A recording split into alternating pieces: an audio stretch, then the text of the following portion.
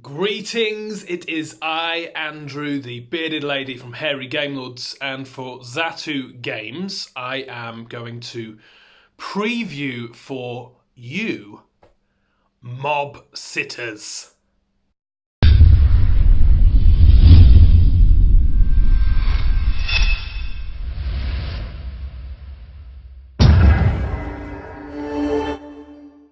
All you're about to see are prototype components for this game, Mob Sitters. It's for 3 to 8 players, and it is a card game. So, what did I think to Mob Sitters? Well, the artwork on the cards is cool and very clear to see. I like the way that all the characters have unique items that they're getting. Although the costings are the same, there is that kind of uniqueness, and so you're not just choosing your favourite colour, but you could be choosing your favourite character to play with. And as you get used to the game, you'll be used to the things that they have to collect or have a tendency to steal. These are some great cards where you can squeal to the cops or tell the boss, and so therefore your opponents who have maybe played down some quite high cards in terms of money value, you can get rid of those and put them, of course, into their locations where, hey, it could mean they're going to be eliminated before scoring. Although this game has player elimination in it, as I have just said, what I like about it is that it isn't a case of you're eliminated from the game and you just have to sit there and watch everybody else play and have a good laugh. No, the elimination takes place just before the scoring.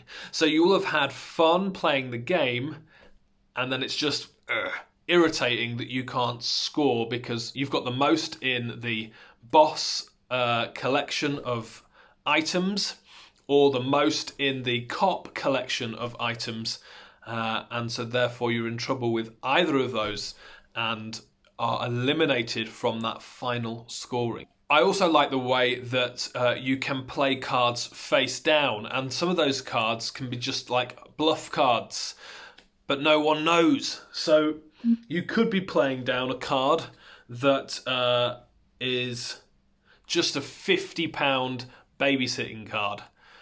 You're going to burn that card anyway because it's laid face down, but other people may be thinking, hold on a minute, that could be a direction card, that could be a card that is going to flip an accusation card, could also be a I've got away with it card.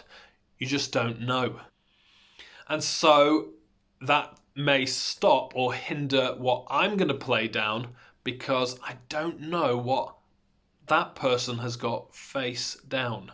So that brings into that game that element of a kind of a pusher look or a kind of a bluffing kind of what have they got hidden face down there? Will it come back to bite me, or is it just a burn card like the £50 babysitting card?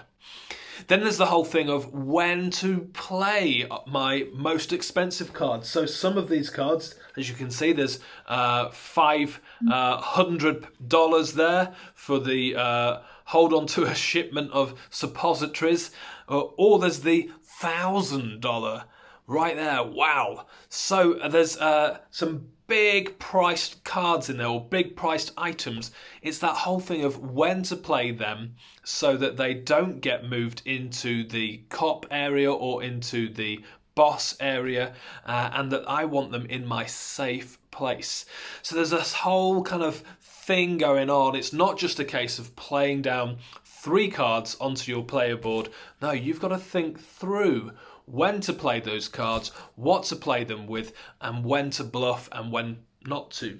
Who's this game for? Well, I would say this game is for anybody who likes to have a lot of fun at the table, who likes a quick filler game, because of course it doesn't take long, this game. There is only a certain amount of rounds because there's only 20 cards in the pack and you play 3 of those every turn. I have to say my favourite cards of all in each of the decks has to be these direction cards. This brings in so much fun to the game, so that when somebody maybe has squealed to the police or told on the boss, and it looks like that £1,000 item is going to come into your area that could mean elimination, you can flip over this and actually pass that item. Although it isn't their item, you pass that item on to the next player. Or you hand it back to the person who is opposite you, or even maybe the person who has just squealed on you. Fantastic fun. What's great is when people, or when it just so works out that players have triggered these or lined them up, so link them together. So this could be passed on, an item could be passed on to another player. That other player also reveals one of these, passes it on again. Lots of fun involved there, and a lot of fun from this game. So check out the Kickstarter, get involved. It is a lot of fun around your table and at your games night.